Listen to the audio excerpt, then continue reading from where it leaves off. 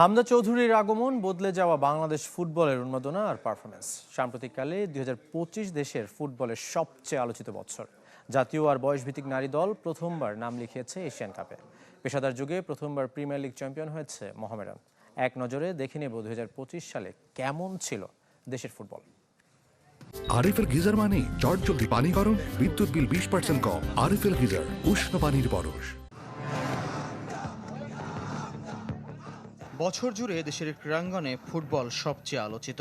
যুক্তরাজ্য প্রবাসী হামজা চৌধুরীর আগমনে বদলে গেছে দেশের ফুটবল। ২৫ মার্চ শিলংয়ে ভারতের বিপক্ষে বাংলাদেশ জার্সিতে অভিষেক হয় হামজার। সমিত সোম, ফাহমিদুল ইসলাম, জায়ান আহমেদরা প্রবাসী ফুটবলারদের মধ্যে উল্লেখযোগ্য। দীর্ঘ সংস্কারের পর হোম অফ ফুটবলে হয়েছে ম্যাচ, নাম বদলে হয়েছে জাতীয় স্টেডিয়াম। এশিয়ান কাপ বাছাই বাংলাদেশের ৩ হোম ম্যাচেই টিকিট সোল্ড আউট হয়েছে দ্রুততম সময়ে। বিপুল আয় করেছে ফুটবল ফেডারেশন। হামজার প্রথম অনুশীলন দেখতে ভিড় ছিল কিংস অ্যারেনায়। ২০২৫ সালে ৮ ম্যাচে বাংলাদেশের আলোচিত জয়, বছরের শেষটিতে ঢাকায় ভারতের বিপক্ষে। এশিয়ান কাপ বাছাইয়ে বাকি ৪ ম্যাচে জয় নেই। প্রীতি ম্যাচে ভুটানকে হারিয়েছে, নেপালের সাথে ২টি ড্র। দর্শনীয় গোলে আলোচিত হামজা। নেপালের প্রীতি ম্যাচ খেলতে গিয়ে দেশটির রাজনৈতিক পট পরিবর্তনের ইস্যুতে এক ম্যাচ না খেলে সামরিক বাহিনীর বিমানে ঢাকা ফিরতে হয়েছে বাংলাদেশ দলকে। আমি ১৮ কোটি বাংলাদেশের মানুষকে মুক্ত করার জন্য কাবরার পদত্যাগ চাচ্ছি। জাতীয় দলের পারফরমেন্সে হেড কোচ হাভিয়ের কাবরেরার ওপর বছর জুড়ে ক্ষুব্ধ সমর্থকরা।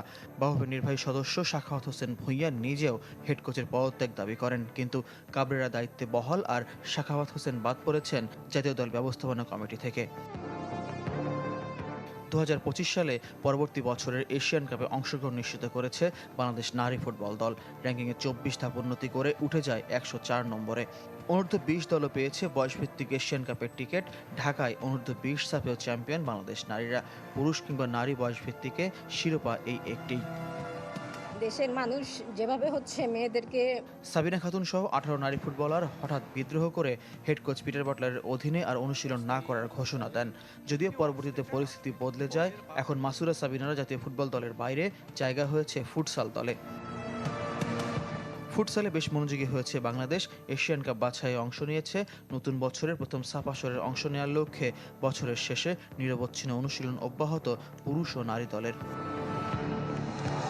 পেশাদার যুগে প্রথমবার বাংলাদেশ প্রিমিয়ার লিগ জিতেছে মোহামেডান। তবে ক্লাব লাইসেন্সিং না থাকায় খেলতে পারেনি এএফসি আসরে। অর্থ সংকটে ধরে রাখতে পারেনি সুলেমান দিয়াবা থেকে। বাকিদের পারিশ্রমিক ইস্যুতে নেতিবাচক শিরোনাম হয়েছে সাদা কালোরা।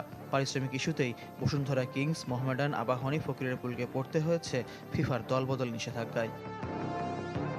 ঘরোয়া ফুটবলের শীর্ষ আসর প্রিমিয়ার লিগের নাম বদলে হয়েছে বাংলাদেশ ফুটবল লিগ। সার্ক সদস্য দেশের ফুটবলাররা খেলছেন দেশি হিসেবে। লিগ আর ফেডারেশন কাপে এসেছে নতুন পৃষ্ঠপোষক। তবে ঘরোয়া ফুটবলের ব্র্যান্ডিং, সম্প্রচার, ব্যবস্থাপনা কোথাও ইতিবাচক পরিবর্তন নেই। তৃণমূলে অবদানের জন্য এএফসির গ্রাসরুট অ্যাওয়ার্ড পেয়েছে বাফুফে। বয়সভিত্তিক দল নিয়েও বছর জুড়ে কার্যক্রম অব্যাহত ছিল ডেভেলপমেন্ট কমিটির। কিট স্পন্সর থেকে ডেভেলপমেন্ট পার্টনার, একের পর এক পৃষ্ঠপোষকের আস্থা অর্জন করেছে ফুটবল ফেডারেশন। ফিফার আর্থিক নিষেধাজ্ঞা থেকে মুক্তি মিলেছে বাফুফের। ফয়জুল ইসলাম, চ্যানেল 24।